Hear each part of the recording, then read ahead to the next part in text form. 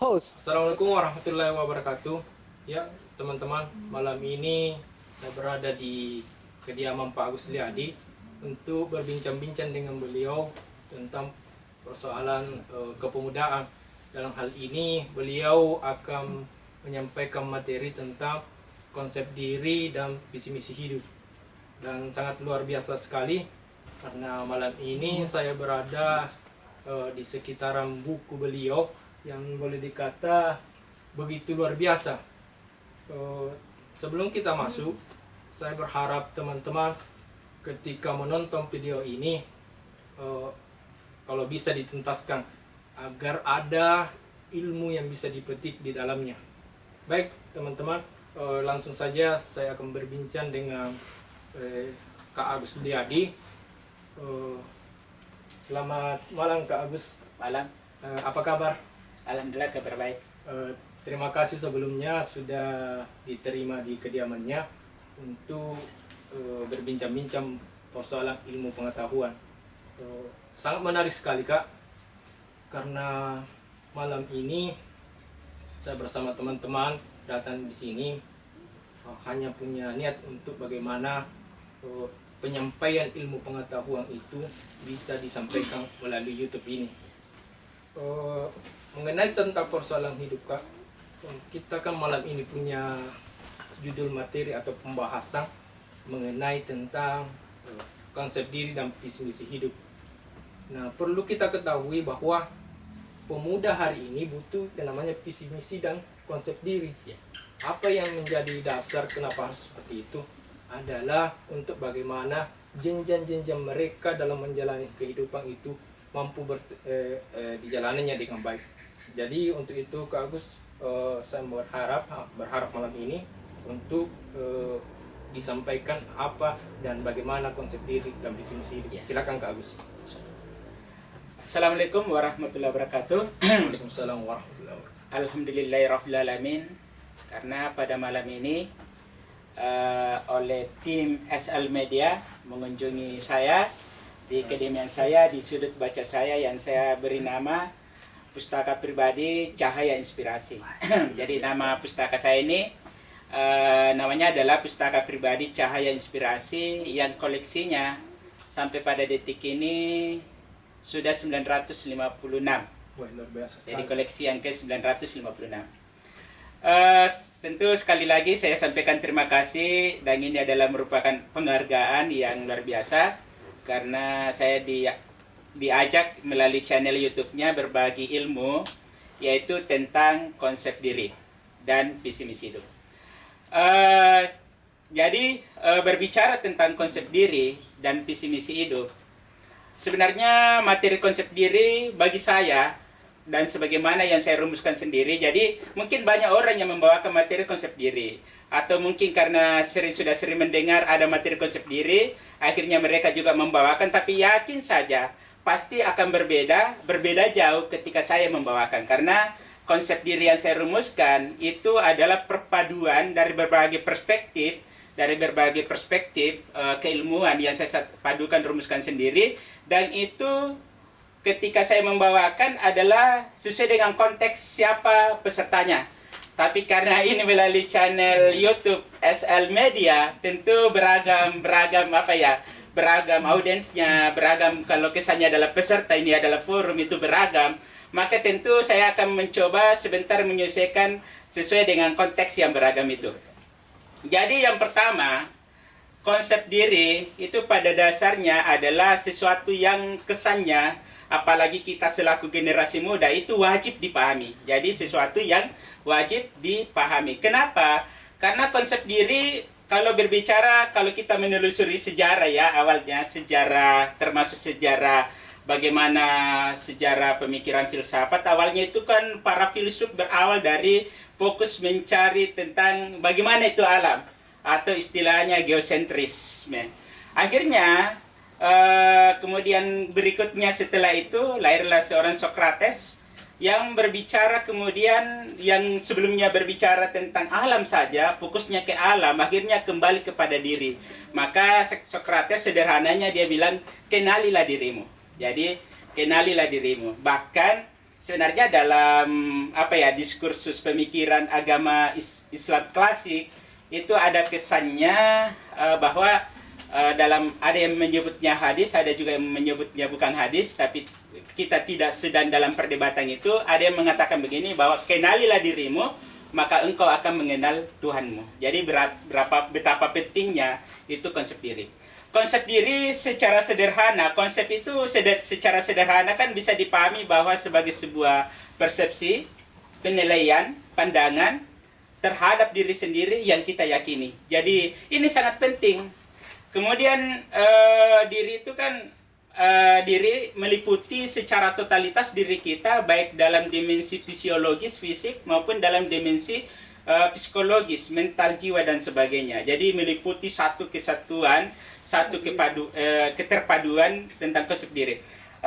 Sederhananya saya mau mengatakan begini, biasanya begini. Berbicara tentang konsep diri, ini belum tentang visi misi hidup, karena sebentar nyambung, satu paket itu sebenarnya. Berbicara tentang konsep diri, itu adalah minimal kita akan berbicara siapa saya, apa kelebihan saya, apa kekurangan saya, apa impian saya, dan apa peranan saya. Nah, di sini siapa saya di sini, jadi luas sekali sebenarnya materi ini. Kalau 10 jam itu tidak cukup sebenarnya. Jadi kita cari saja yang tema-tema, artinya dimensi-dimensi yang relevan dan kira-kira yang pas kebutuhan daripada penonton daripada SL Media ini. Jadi siapa saya di sini seringkali ketika kita bertanya atau kita ditanya siapa Anda atau siapa saya, kita seringkali menautkan dengan kampung, saya orang Campaga, saya orang Banyoran. Atau seringkali kita menautkan dengan nama orang tua kita, saya anaknya Pak Baco, saya anaknya Pak Sudirman, saya anaknya Bu Mina. Atau seringkali ditautkan dengan nama kampung kita, atau organisasi kita, atau anggaplah saya anak sekolah, saya siswa SMK dan sebagainya. Itu seringkali. Tapi itu kan tidak cukup. Siapa saya di sini itu minimal menjawab beberapa, siapa saya secara personal, siapa saya secara bagian daripada anggota keluarga tertentu, siapa saya sebagai anggaplah orang Bantaeng, siapa saya sebagai bagian daripada bangsa dan negara Indonesia, siapa saya sebagai orang yang beragama Islam. Itu harus mampu dipahami secara substansial. Karena kapan kita tidak memahami, maka jangan harap kita akan bisa memberikan yang terbaik dalam kehidupan tersebut. Karena apalagi kalau kita tautkan dengan visi misi hidup, saya berani mengatakan ketika kita tidak memahami konsep diri kita, maka yakin saja kita akan salah menetapkan visi. Dan ketika kita tidak memahami konsep diri kita, maka kita akan salah dalam menjalankan misi dalam rangka mencapai visi. Dari materi konsep diri ini kesannya mungkin pengantar dulu. Dalam kerangka konsep diri ini, misi itu kalau selama ini mungkin misi dimaknai hanya sekedar yang sifatnya teknis, anggaplah misi karena saya mau jadi dokter, maka saya harus kuliah di jurusan kedokteran, setelah itu menunggu informasi pendaftaran CPNS dan sebagainya, kemudian mendaftar melalui ikuti tes CAT, itu kan teknis. Tetapi dengan memahami konsep diri, maka misi dalam rangka mencapai visi itu bukan cuma sekedar teknis, tapi termasuk yang non-teknis. Apa saja itu, termasuk bagaimana spirit kita, bagaimana inspirasi yang selama ini menjadi akumulasi dalam diri kita, dan bagaimana energi-energi lain bisa mendorong untuk mencapai visi kita. Kita kembali pada konsep diri dulu. Siapa saya? Kalau ini disadari, contoh, kalau anggaplah kebetulan penonton daripada SL Media ada pelajar sebagai contoh ya. Ketika seorang pelajar memahami substansi atau hakikat dirinya sebagai seorang pelajar, maka yakin saja dia tidak akan pernah nyontek, dia tidak akan pernah bolos, dan dia tidak akan pernah malas belajar. Karena kenapa? Hakikat dari seorang pelajar adalah belajar. Berarti jangan nyontek. Itu. Kemudian kalau kita hubungkan dengan jadi tadi siapa saya sebagai seorang pelajar sebagai contoh saja ya, karena ini luas cakupannya, termasuk siapa saya selaku anggota dewan, anggaplah sebagai contoh kalau dia adalah anggota dewan, itu bisa juga siapa saya selaku anggota dewan. maka tentu salah satunya adalah memperjuangkan aspirasi rakyat, anggaplah seperti itu. Ini satu, jadi kalau ini dipahami, maka yakin saja dia akan mampu eksis dengan baik dan bisa bermanfaat dalam kehidupan. Kemudian kalau kita hubungkan siapa saya sebagai umat yang beragama Islam, contoh, atau agama apapun, karena tentu penonton SL Media bukan cuma umat Islam, tapi ada umat-umat lainnya. Itu ketika kita berbicara siapa saya selaku umat yang beragama, kebetulan karena saya adalah konteksnya orang beragama Islam, tentu menarik sebuah argumentasi atau narasi yang relevan dengan itu. Dalam ajaran agama kan ada 3 misi mulia manusia. Salah satunya ini perlu dipahami. Jadi siapa saya sebagai orang yang beragama Islam, kemudian ditautkan dengan tadi siapa saya sebagai contoh ya, siapa saya sebagai seorang pelajar, siapa saya sebagai anggota dewan sebagai contoh, karena mungkin ada anggota dewan juga yang sedang nonton. Itu bisa dihubungkan bahwa salah satu misi mulia atau misi mulia pertama manusia itu adalah beribadah. Artinya beribadah itu dalam konteks bukan cuma bagaimana menjalankan rukun Islam yang 5 itu, tetapi beribadah di sini kata kuncinya menurut pemahaman saya dalam materi konsep diri yang saya rumuskan sendiri adalah ridho Allah. Kata kuncinya ridho Allah. Ridho Allah. Jadi kalau seorang pelajar atau seorang anggota dewan dia menyadari hakikat dirinya sebagai seorang umat yang beragama Islam, atau dia menyadari dirinya bahwa keberadaannya di muka bumi membawa misi mulia sebagai beribadah, dimensi ridho Allah, maka yakin saja pelajar tidak akan nyontek, anggota dewan tidak akan korupsi. Karena kenapa? Kan pertanyaannya, coba ditanya pelajar, rata-rata kalau saya bawa materi, saya tanya pelajar, apakah nyontek diridhoi Allah atau tidak? Pasti jawabannya tidak. Lalu kalau anggota dewan ditanya juga, adakah mungkin saya pernah membawa materi dengan pesertanya para anggota dewan, mungkin saya akan bertanya juga, apakah korupsi itu adalah diridhoi Allah atau tidak? Pasti jawabannya tidak, berarti jangan melakukan. Begitu, jangan dilakukan. Itu contoh. Ini baru satu, karena kalau mau diulas banyak sekali, luas sekali ini cakupannya materi konsep diri. Ini satu contoh. Ini satu contoh yang perlu dipahami. Kemudian, jadi siapa saya? Jadi dengan itu saja kita sudah punya kesadaran untuk tidak melakukan sesuatu yang negatif. Apalagi kalau kita menyadari bahwa irama kehidupan yang Allah tiupkan dalam diri kita itu adalah irama beribadah. Artinya apa? Ibarat musik, kalau lagunya keroncong lalu goyangnya dandut, yakin saja tidak harmonis, tidak nyambung. Sama juga kalau pelajar suka nyontek itu tidak nyambung, karena tidak dalam dimensi ridho Allah. Makanya itu tidak ada orang nyontek, tidak ada koruptor, tidak ada penipu, perampok dan sebagainya yang tenang hatinya, karena tidak sesuai dengan irama yang Allah sudah tiupkan dalam dirinya. Itu dulu yang pertama. Jadi siapa saya? Ini luas sekali nih. Belum lagi kalau kita berbicara tentang siapa saya sebagai bagian dari bangsa dan negara Indonesia. Ini penting juga. Ini perlu disadari. Kalau ini disadari, maka tidak ada lagi orang yang mengaku atau ber-KTP beralamat Indonesia yang akan memperjuangkan mati-matian mendirikan negara Islam, karena itu tidak sesuai dengan ideologi bangsa kita. Pancasila, apalagi salah satunya perspektif Muhammadiyah, itu sudah menjadi sebuah negara Pancasila sebagai darul ahdi wassahada, sebuah konsensus, sebuah kesepakatan yang tidak bisa lagi diganggu-gugat, tetapi yang harus kita lakukan adalah bagaimana membuktikan, bagaimana memberikan terbaik, bagaimana mengisi dalam rangka memajukan Indonesia itu. Jadi tidak ada lagi kalau ini disadari. Jadi ini penting, konsep diri ini penting. Kesadaran kebangsaan kita bagaimana, kesadaran jati diri kita dalam sebuah lembaga bagaimana, kesadaran diri kita dalam profesi kita bagaimana. Anggaplah saya selaku penyelenggara pemilu, maka wajib hukumnya tidak boleh tidak saya berdosa kalau tidak berintegritas dan tidak profesional dalam menjalankan penyelenggaraan pemilu. Itu konsep diri. Ini baru satu, siapa saya. Belum lagi kalau berbicara, kan ada 5 tadi konsep diri. Ini satu. Artinya kalau mau diluas dalam mungkin itu banyak sekali. Kita melangkah saja, atau saya antarkan dulu cerita supaya mungkin ada yang senang dengan cerita. Kan begini, suatu ketika ada telur burung raja wali yang tercecer di sebuah kebun, atau anggaplah di sebuah kandang ayam, anggaplah sebagai contoh saja. Kemudian ditemukan oleh si peternak ayam atau oleh siapa saja. Kemudian ini telur burung Raja Wali disimpan di apa ya? Anggaplah di suatu tempat bersama dengan telur ayam yang lainnya. Maka datanglah si induk ayam, dia rame sampai menetas. Tentu yang lain apa? Ada ayam, anak ayam, dan ada anak burung elang. Akhirnya tumbuh dewasa, maklum si burung Raja Wali ini tidak menyadari dirinya bahwa dia adalah Raja Wali. Dia mengira dirinya hanya seekor ayam. Maka suatu ketika menjadi dewasa, dia jalan-jalan di tengah lapang, dia bertanya kepada si induk ayam, "Wahai induk ayam, bisakah aku terbang seperti itu?" Dia menunjuk burung Raja Wali yang sedang terbang. Apa kata induknya?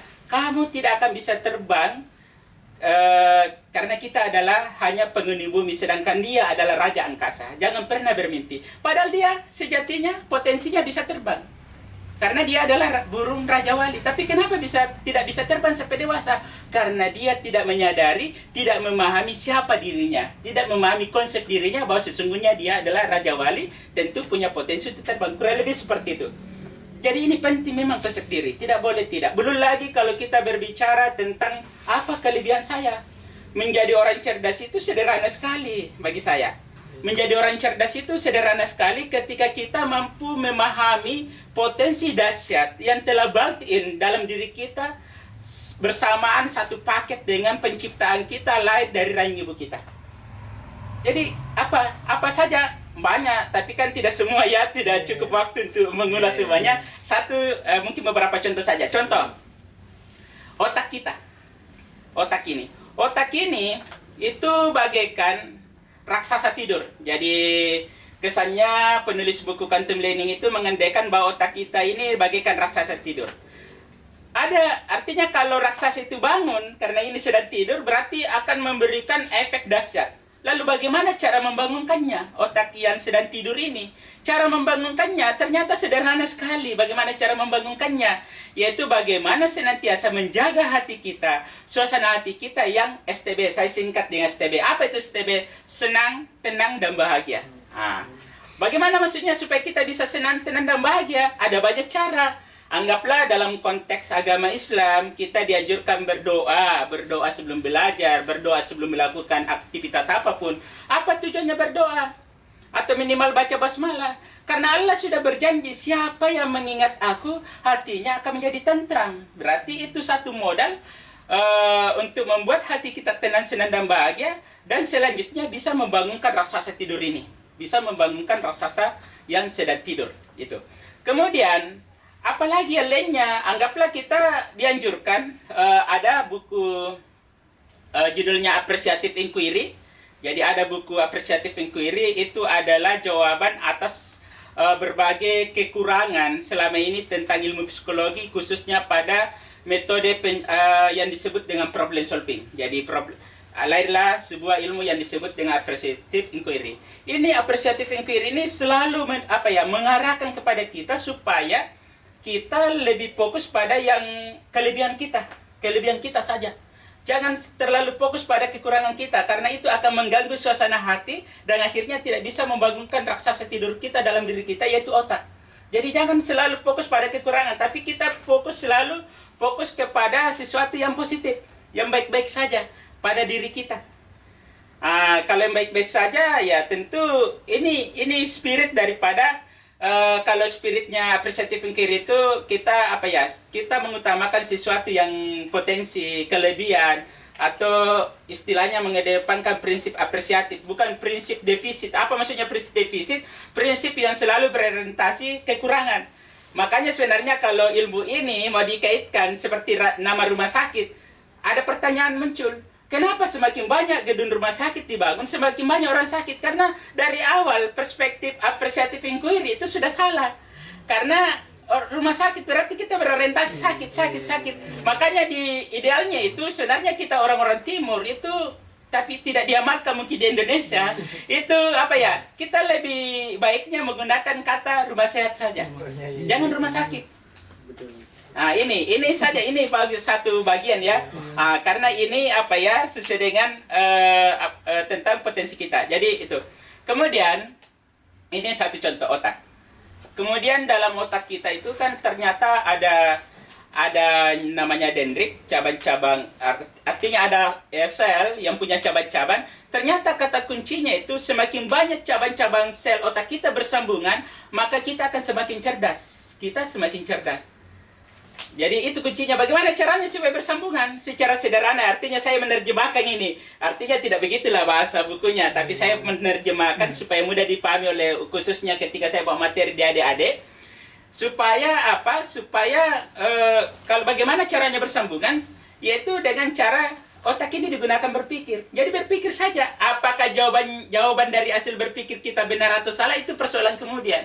Gunakan saja dulu berpikir. Makanya saya sering menganjurkan kepada adik-adik, kalau saya bawa material DK, bahwa kalau diberikan tugas sampai 50, 100, 200 sama bapak ibu gurunya, berterima kasih. Jangan mengeluh.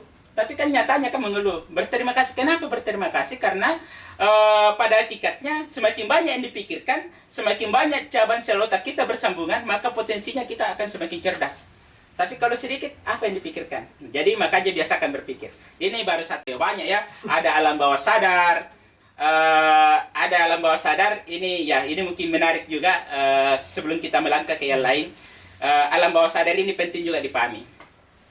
Dalam diri kita ada alam sadar dan ada alam bawah sadar.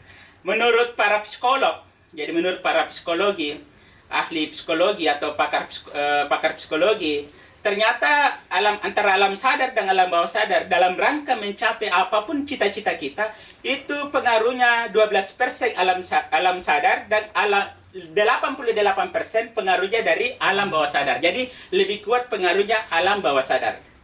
Lalu bagaimana cara memahaminya sedikit tentang apa itu perbedaan alam sadar dan alam bawah sadar? Kalau alam sadar begini, anggaplah ada perempuan yang bahagia sekali karena melihat senyumannya moderator yang gagah, anggaplah begitu. Anggaplah ada perempuan karena melihat langsung senyumannya. Itu alam sadar yang bekerja. Tapi ada mungkin perempuan sudah puluhan tahun setelah bertemu dengan moderator yang gagah ini, sudah puluhan tahun tapi dia selalu bahagia karena mengingat senyumannya. Itu alam bawah sadar yang bekerja. Artinya apa? Sebenarnya di orang tua kita ada pesan-pesan yang relevan. Orang tua kita itu dulu bilang begini, tapi ini bahasa daerah dulu ya, jangan khawatir para pemirsa channel YouTube SL Media, saya akan terjemahkan dalam bentuk bahasa Indonesia. Tapi bahasa daerahnya begini dulu. Cini memang kalian no, ambaturi tanpa ero kan ubatui, ampas sulu ko baturi balak no. Jadi dulu ini ditareka istilahnya, bawa ki kambing, bawa ki uang, bawa ki songkol, bawa ki apa untuk mendapatkan ilmu ini. Tapi malam ini gratis saja, atau melalui SL Media gratis saja. Tapi ya yang penting di like dan di apa? Iya itu. Jadi ini apa maksudnya? Apa pengertian bahasa Indonesia-nya? Artinya sebelum kita melangkah, maka kita melihat terlebih dahulu, melihat diri kita terlebih dahulu sudah sampai di tujuan.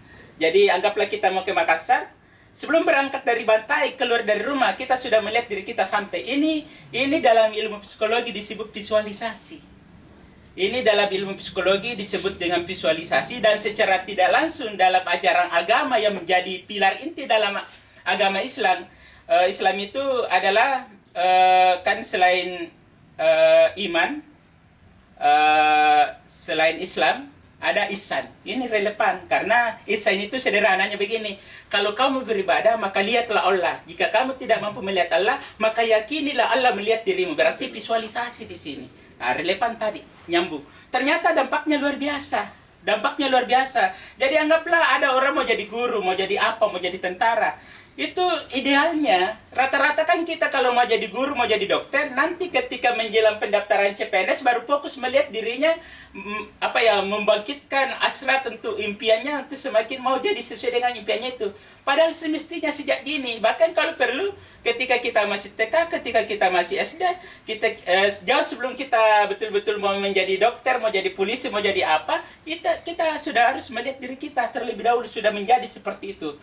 Dan ini yang saya amalkan sebelum mendaftar menjadi komisioner. Itu beberapa tahun sebelumnya, kurang lebih 5-6 tahun sebelumnya, saya sudah melihat diri saya sudah keluar masuk di kantor KPU. Jadi jauh sebelum mendaftar, saya sudah melihat diri saya sudah keluar masuk di kantor KPU sebagai komisioner. Jadi seperti itu, jauh sebelumnya. Jadi ini kelebihannya. Jadi ternyata Allah telah memberikan potensi yang luar biasa untuk menggapai cita-cita, termasuk itu dalam bentuk alam bawah sadar. Belum lagi ada istilah DNA, adalah gelombang otak, itu banyak sekali. Tapi sebentar, mungkin ada pemirsa sosial media yang bertanya, atau teman-teman yang sempat ikut serta dalam forum yang dilaksanakan oleh sosial media ini, tim sosial media. Itu. Jadi, belum lagi berbicara ketika ini kan tadi kelebihan. Kekurangan juga penting tetap dipahami, meskipun jangan terlalu larut untuk memahami kekurangan, karena jangan sampai justru menjadi bumerang, menjadi penghalang untuk menggapai cita-cita. Minimal yang perlu dipahami secara teknis saja, anggaplah begini.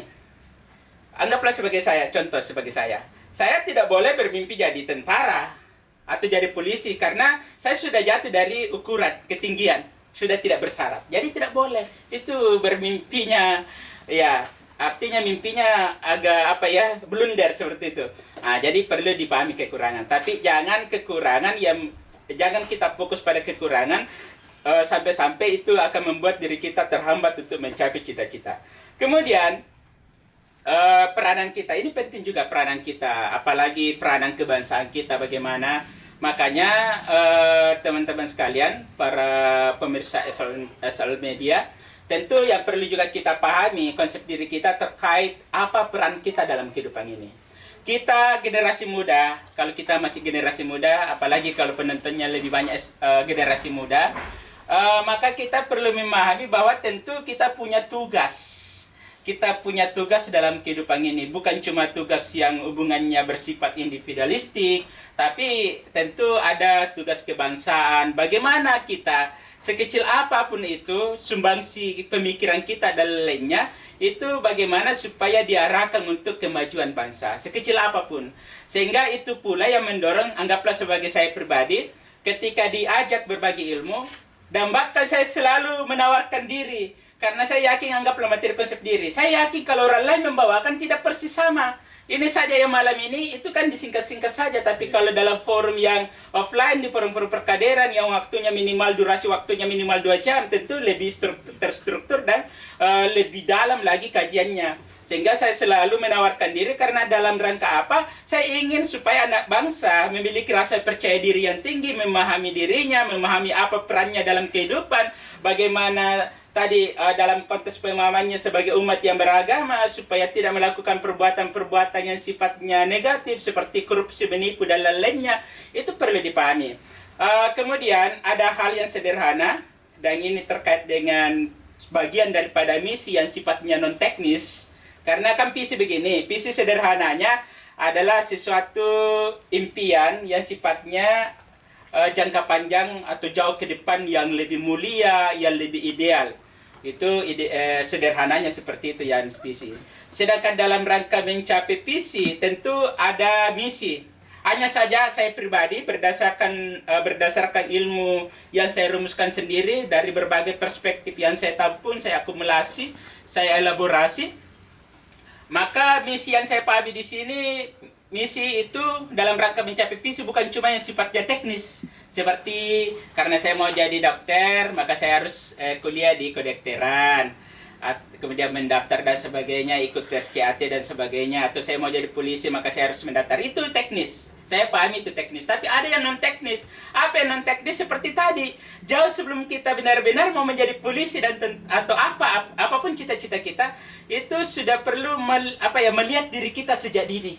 Seperti apa yang kita impikan. Itu non teknis, itu alam mental, visualisasi. Jadi visualisasi bagian daripada misi yang sifatnya non teknis dalam rangka mencapai visi. Kemudian ada memang yang perlu dipahami. Saya teringat sekali teori bukunya Pak Sahril Sam, seorang motivator yang luar biasa. Ada saya tidak salah ingat, dia menyebutnya perspektif 2 derajat. Jadi perspektif 2 derajat. Ada teori yang disebut dengan perspektif 2 derajat. Dan perspektif ini apa istilahnya? Apakah yang sifatnya kalau ditarik jauh ke masa depannya seorang pelajar itu akan efeknya dahsyat. Karena apalagi kalau kita tarik teori alur pikiran menjadi sebuah karakter dan nasib hidup, itu bahaya. Bahkan saya sering menyimpulkan meskipun tidak bisa digeneralkan ya, bahwa kebiasaan nyontek yang membuat orang menjadi koruptor.